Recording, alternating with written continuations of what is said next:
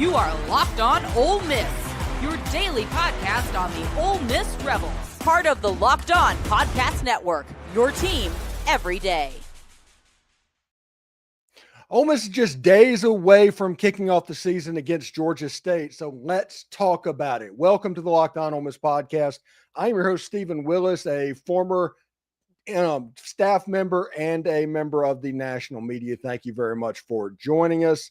And we are going to talk Georgia State and get a little bit going and kind of hearing what's happening in our community. Normally, we were planning on having Brad Logan to be here, but he could not be here tonight. Thank you very much, though, for making Locked On Ole Miss your first listen. And please give us a like, subscribe, and comment on your way out. Today's episode is brought to you by FanDuel. Football season's right around the corner. Visit the FanDuel app today and start planning your future bets. So I'm a little bit out of practice doing a live stream. I wanted to get one before the post-game show happens on Saturday night and before the pregame show. But we are going to kind of talk about Austin Simmons' debut and what the challenge Georgia State is going to provide to Austin Simmons. This is a big game. This is a really big game because if you think about the debuts for quarterbacks over the last 25 years, because, man, it's crazy to think we're a quarter of the way through the century now. But when you think of those debuts, the number one debut was obviously Eli Manning.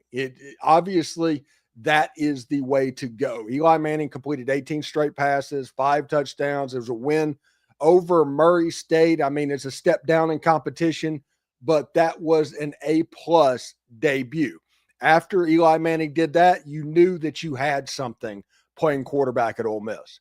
On the other side of the coin is the debut of Michael Spurlock, who struggled mightily in 2004. I remember that game clearly over the fact that the moment I got out of the Navy, that was the first Ole Miss game I went to. I sat in the end zone, and I was on the other side of the stadium, and Michael Spurlock threw the ball so hard and so erratically, you could hear it hit the backstop, and it just echoed through the whole stadium. And that's the moment you knew that you didn't have something. Now, my gut tells me the Austin Simmons situation is going to be a little bit different.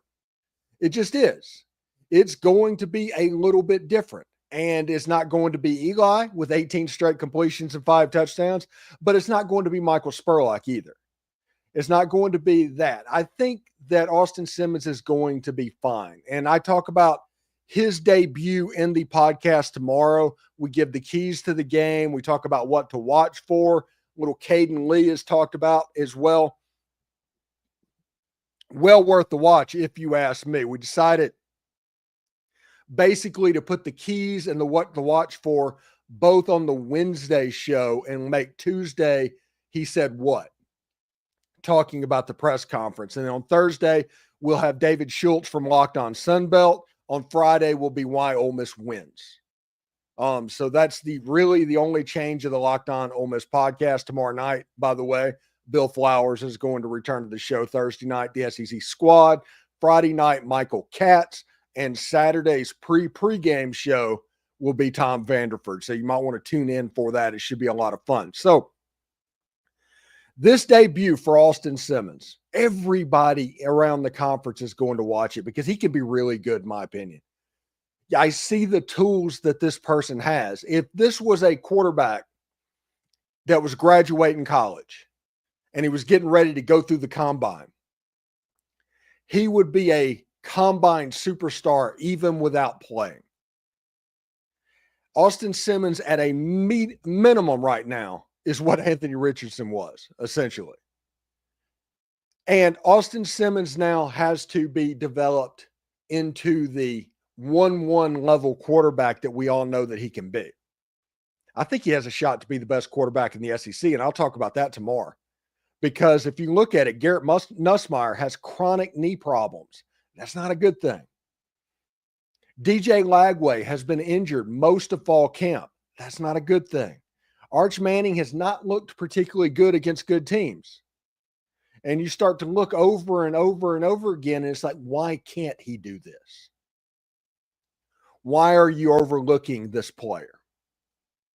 So that is what I will be looking at with Austin Simmons on Saturday. The one other thing I'm looking at, we're going to talk about the D-line ad nauseum over the next couple of weeks. We're going to talk about the offensive line ad nauseum over the next couple of weeks.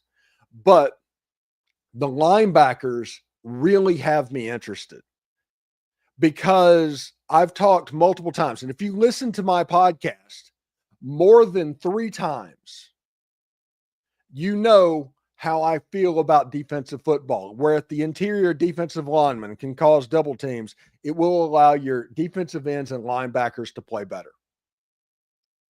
Good athletes getting single blocks, they're going to be in good shape. You saw what happened last year with Chris Paul. Xavier Harris had an all SEC level camp. William Eccles is really good in this camp. Jam Brown is really good in this camp. And if those two pieces, both Xavier Harris and whoever plays at the 3 technique, can warrant a double team, that is going to open it up for Santarin Perkins, Prince Will Mielen, Taj Chambers, TJ Daugherty. It basically makes your front 7 even more effective. So what I'll be watching against Georgia State is if you can cause those double teams, if the linebackers are having an impact on the game. Will Santarin Perkins get a sack? He had 10.5 sacks last year, tied for the team lead. He's 2 behind the single season mark behind Sam Williams. He wants that single season mark. Well, that requires a sack per game. My simple Simpson County math tells me that you need to get a sack per game to have that type of an impact.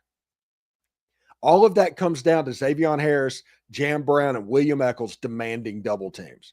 That allows Prince Will, that allows Santarin, that allows TJ Daugherty, that allows Taj Chambers or TJ or Tyler Banks. Those players are going to be much better off if you can force those double teams. I love the position that the linebackers have. We are going to take your questions here about midway through in about 5 minutes. So if you have any questions, get into the chat, ask them. We will put them on the screen and just kind of get our community together talking about football, because at the end of the day, all of this is about community. So we'll see exactly how that goes. Now, when we come back, we will continue to talk about the first game of the college football season, the new helmet from Realtree a little bit, and we'll take your comments as well. So stick around for that.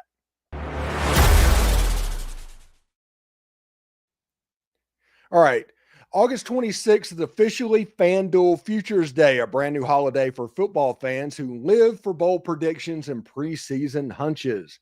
Guys, you've probably understood that August 26th is an important day in the schedule out there. Listen, it's just 24 hours. They're giving you the opportunity to have deals on NFL season predictions. So whether you're calling for your MVP, eyeing a long shot division winner, or ready to crown your Super Bowl champ before week 1 even kicks off, this is your moment. That's music to Locked On Ole Miss Podcast. That's kind of what we do. So take a flyer on MVP race. I'm all about Jayden Daniels right now, putting up massive numbers this year for the Washington Commanders. Crown your champion in August. I really like Buffalo here.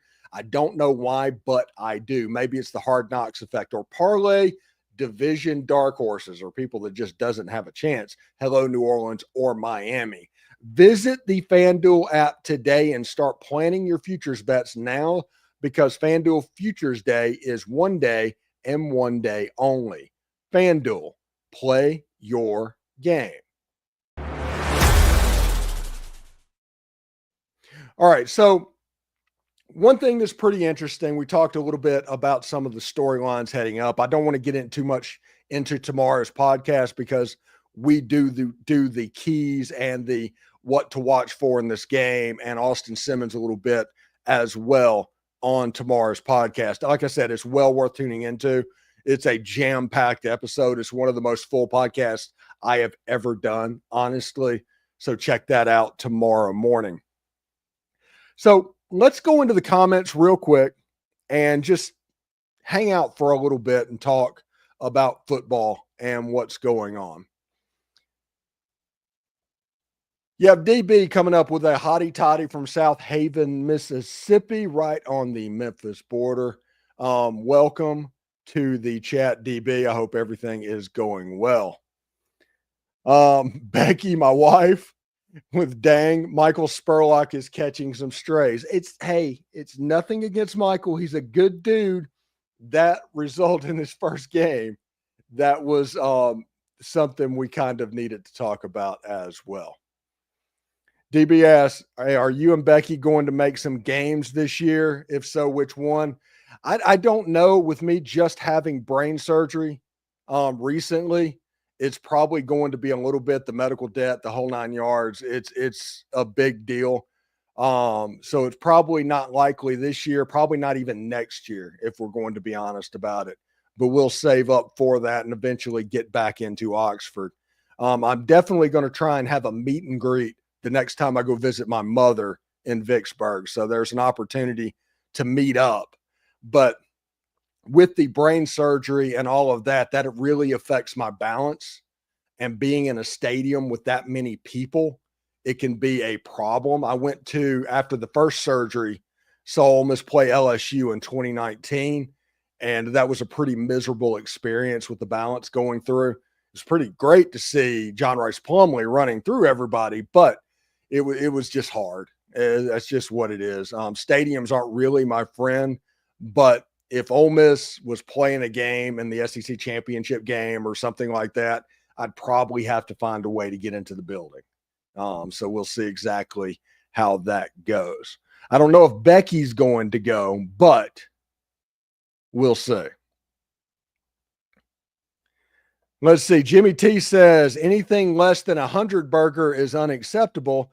Jimmy, you know that Ole Miss has only scored over 100 points one time in its history against Southwest Baptist University in about 1914. I do not think they're going to score 100. Now, 50 burger, we can probably talk about that a little bit as well. DB says Austin Simmons is going to be in the Heisman race. Bold take. Question mark. That is a bold take because of the name a little bit. But I dropped a bold take in tomorrow's podcast that says he's the best quarterback in the SEC. So I'm all about some bold takes. So we'll see exactly how that goes. So Jimmy T is shouting out from Anchorage, Alaska via Grenada, Mississippi. Ole Miss just got a commitment from a running back from Grenada, by the way. Good little back. It was one of those old school JUCO type stories that you remember from way back in the day that you were able to pull it off and see what was going on.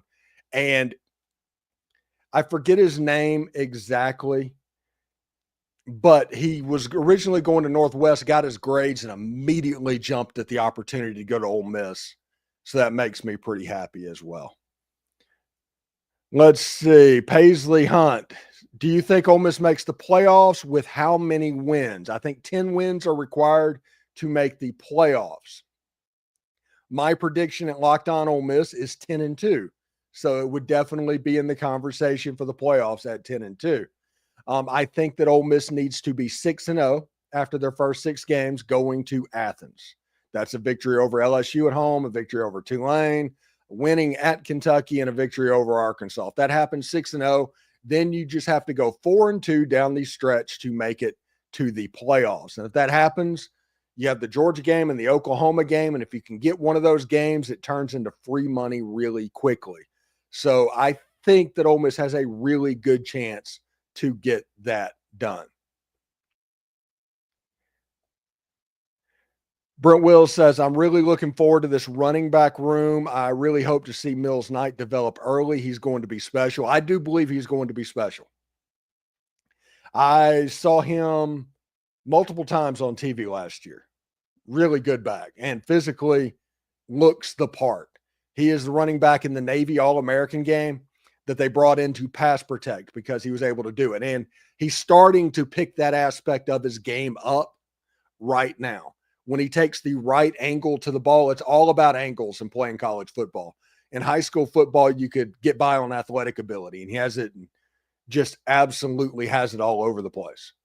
In college, you actually have to use technique of bringing it in, and it's starting to click a little bit with him. And if that clicks, I think the starting running backs at Ole Miss this year, Keywan Lacey, I think the backup is Damian Taylor, and then there's the Logan Diggs, and then there's Shakai Mills-Knight. So to pass Logan Diggs, Shakai Mills-Knight is going to have to figure out a way to perform against Georgia State, because after that, you have to get ready in a hurry, as we've talked about on the podcast. They have to be ready to go. King on the Throne says, hotty toddy, we're blowing out Georgia State, but who's winning the Colorado versus Georgia Tech game? You know, if you've watched my show at all, you know I'm a closet Georgia Tech fan. I like Georgia Tech. I don't know why. I just am. I did a video 3 years ago on why Georgia Tech is not in the SEC right now and what happened after they left the SEC and all of that.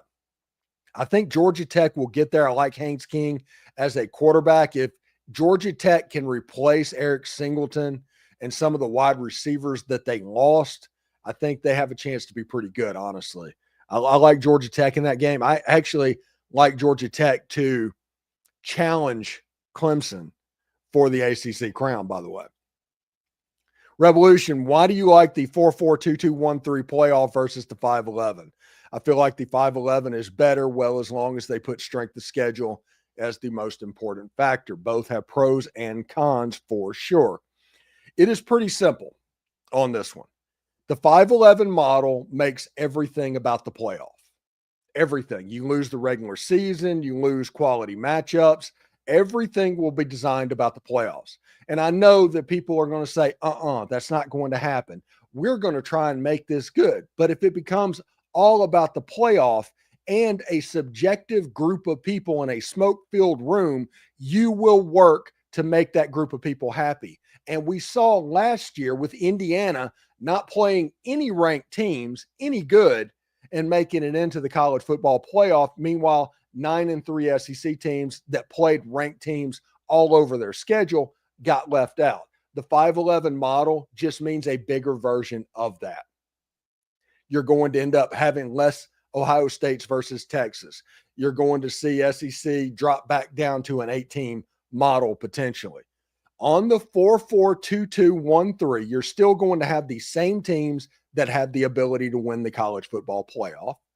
All the teams that are supposed to be in there are going to finish in the top 4 of their conference. You're going to have playing games and big matchups, and out of conference is not going to matter necessarily for the playoff. So have the Texas-Ohio State game. Have an Ole Miss USC game. It's not going to penalize you at all. And inside the conference, it becomes just like the NFL, to where if your record is good enough, you will make it into the field. And the Big Ten and the SEC are looking at having play-in games to where 1 and 2 plays for the conference championship, but on conference championship Saturday, 3 versus 6 and 4 versus 5 play, with the winners advancing to the college football playoffs. There's also the 4-4-2.5 model, to where the third place team of the Big 12 and the ACC play each other for a spot in the playoff. I think this is the best way to make the regular season stay relevant, put the bids back in the hands of the conference, and avoid shadiness and the evils that men can do from time to time. But that's my opinion on that. McCaleb Taylor from Grenada, Mississippi, King on the Throne. Thank you very much for that. Let's see. I went to school with Will Eccles. What do you think about him? Will Eccles at Houston High School is an absolute monster.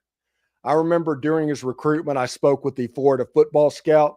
When everybody was saying he was going to be a guard, me and the Florida football scout was breaking down his defensive film, and he was like, man, this guy has a little bit of twitch to him. This guy has a little bit of movement and bend to him. It'll be interesting to see what he does. His development surprises me not at all. By the time that year ended, he was the number 1 player in the state of Mississippi over Cam Franklin. So Mississippi having 3 number 1 players across the front of the Ole Miss defensive line is interesting. I like Will Eccles and think he has a really good shot to be a really good player, honestly. All right, when we come back, we will continue your conversations. Thank you for being such good sports in the comments. Like I said, I'm a little bit rusty in these live streams. Hopefully it'll be good and ironed out by Friday and Saturday and getting ready. We're going to have a live stream on Tuesday. We're going to have a live stream 2 hours before kickoff. We're going to have a live stream Sunday night. I'm counting on 3 live streams over the course of football season. We can see how that goes. So your comments and more when we come back.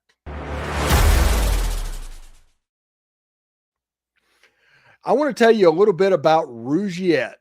Rougiette is similar to Viagra, similar to Cialis. Maybe you've heard them, maybe you tried them. That's beside the point. But if you're looking for something beyond the usual pill, it's time to meet Rougiette Ready. Rougiette Ready is a next-generation prescription treatment designed to amplify arousal in the brain and boost blood flow. Unlike the usual pills that can take hours, Rougiette's 3-in-1 formula dissolves under your tongue and kicks in fast, on average about 15 minutes. Effects can last up to 36 hours as well, so you can stay confident and in control when the moment is right. If traditional options just haven't worked, Rougiette might be the answer. Over 150,000 men have already made the switch. I love that it's completely online. Rougiette connects you with a board-certified doctor and ships your treatment discreetly to your door. You can even read real customer reviews on their site. It's helping a ton of people feel more confident and present in the moment. Head to Rougiette.com/LockedOnCollege and use the code LockedOnCollege. That's all one word to get 15% off today. That's RUGIET.com/LockedOnCollege and use the promo code LockedOnCollege for 15% off. Individual results may vary with prescription treatment. Compounded drugs are permitted to be prescribed under federal law, but are not FDA approved and do not undergo FDA safety, effectiveness, and manufacturing review. Please visit the Rougiette website for full safety information.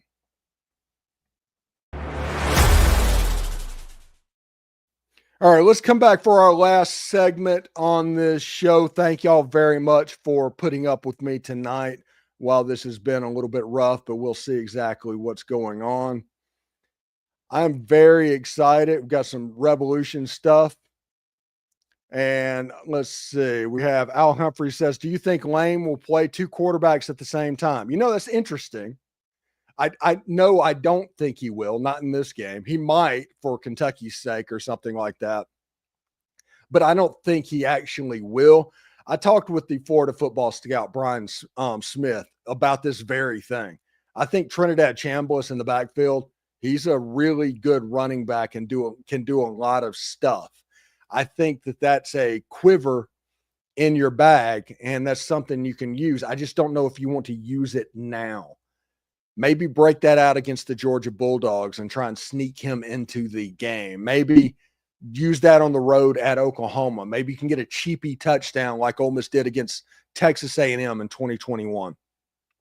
Maybe you can use it like that. I think he has a chance to be a really good player at quarterback, but that's a little bit gimmicky for Georgia State. I mean, other than, hey, we'll just put this on film for Kentucky so they have to prepare for it, there's not a lot that good they can do for you. Gary Bullock says, I think too many experts are sleeping on Ole Miss. They're going to do really good. Yes, I think it was Greg McElroy today said that Ole Miss was one of the dark horses to win the national championship this year. And that is because there's 8 games inside the state of Mississippi. The 50-50 games, when you look at it, they're in Oxford Stadium. You have your game at Georgia and at Oklahoma, but you also play the number 15 and the number 16 team in the country on the road. So the road slate isn't something that's fatal, potentially, like it was a year ago when you had the Tiger Stadium, the Williams-Brice, and the Swamp Trip line it up.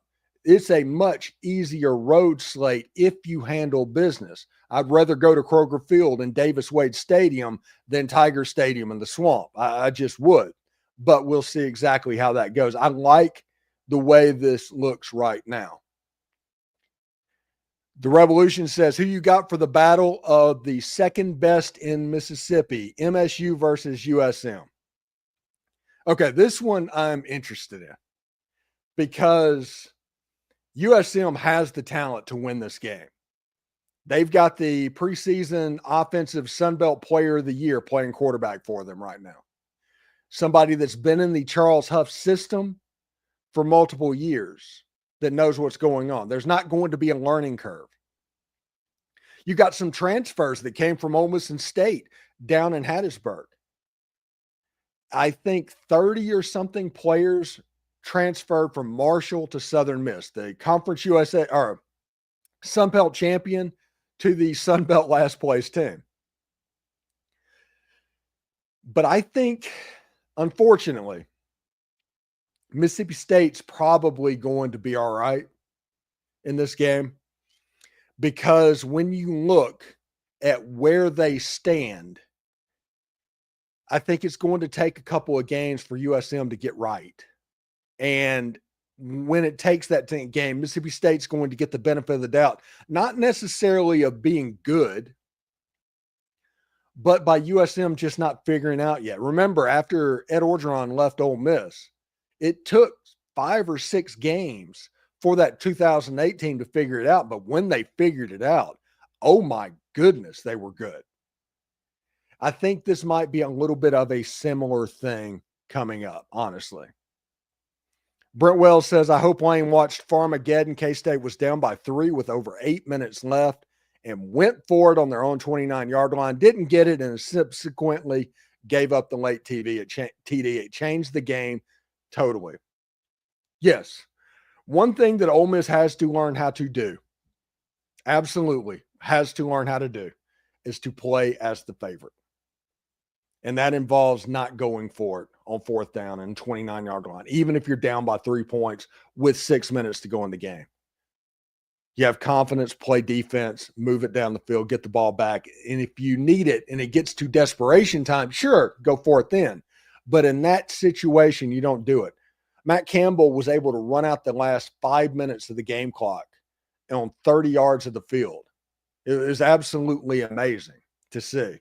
But that's how they were able to win the game. You're absolutely right. Listen, I am hard on analytics. I think Ole Miss, if they'd have kicked field goals against LSU and Florida, they likely win both of those games. They are into the playoff. They've already kicked the door down. So I am hard on analytics.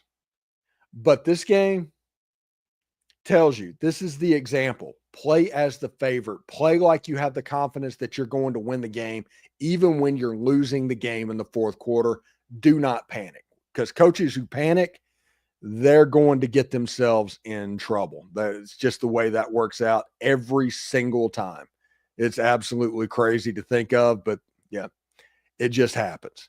All right, so thank you for making Locked On Ole Miss your go-to source for Ole Miss sports. We pride ourselves on offering the most comprehensive perspectives. Next week, Brad Logan is going to be here for our Tuesday show, which is why we're the front door of Ole Miss. If you don't believe me, Google Ole Miss Podcast and see how much the Locked On Ole Miss Podcast comes up.